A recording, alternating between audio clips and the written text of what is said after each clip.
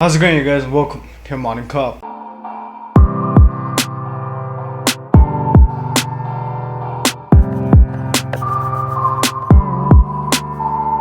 Now let's talk about the new Russian aggression against Ukraine. Now Russia is moving troops again closer to the Ukrainian border, just like it did way back in the year 2014, and it annexed Crimea. What we understand today is the fact that Russia's movement in its troops and its military deployments in Ukraine is citing international outcry. Now by no means is Russia admitting to the fact that this is their provocation to do. As a matter of fact, they're instead pointing the fingers at Ukraine, citing that they're the ones actually increasing tension, and whether Russia moves troops inside its own territorial borders is no one else's concern but Russia itself.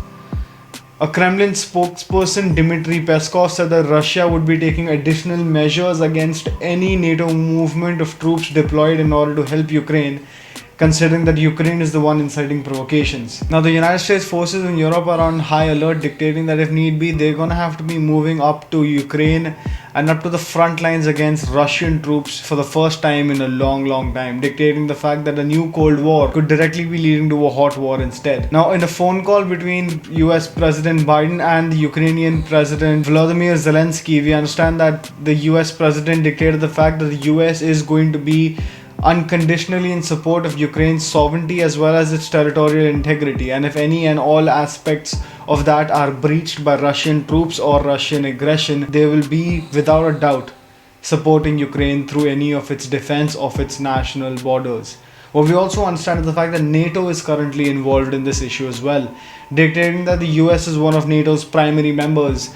The US is without a doubt making sure that it has all its pressures in place when it comes to tackling Russian aggression. Meanwhile, a Russian spokesperson, Dimitry Pskov, dictated the fact that it is not Russia that is inciting aggression and is Ukraine instead, and has also dictated the fact that if United States as well as NATO go out of their way to pressurize Russia in its own territorial areas, it's not going to take that just standing down. Russia has been ramping up its presence in Ukrainian border fronts for a long time now, ever since 2014. But lately we've seen a rise in Russian presence in Crimea as well, including Russian activity in the Black Sea. What we also understand is the fact Ukrainian President Volodymyr Zeleny has also dictated the fact that these are nothing but Russian games. The same games that Russia played way back in the year 2014, after which it directly resulted in Russia trying to annex not just Crimea, but Donetsk as well. What we also understand is the fact that Ukraine has stated that they've seen increased military presence along the northern border with Russia, as well as ginormous increase along the eastern front as well as in Crimea, thereby dictating that they are facing Russian incursions and Russian rise in army on all three sides.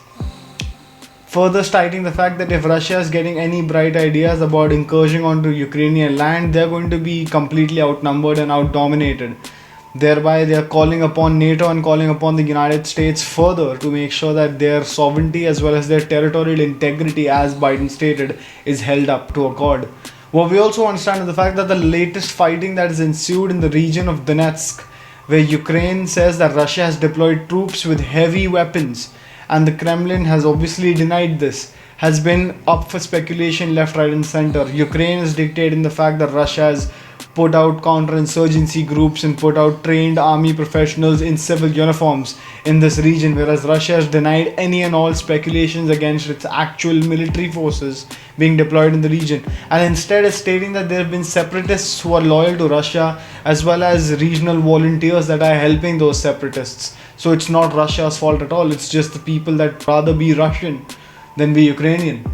What we also understand is the fact that a Ukrainian general by the name of Ruslan Komchak says that Russia deployed 28th Battalion tactical groups near the border, which has a total of around 20 to 25,000 troops, and an additional of 3,000 officers behind enemy lines for Russia in the Ukrainian region of Donetsk. That includes not only officers but also military instructors that are helping the rebel units be well organized.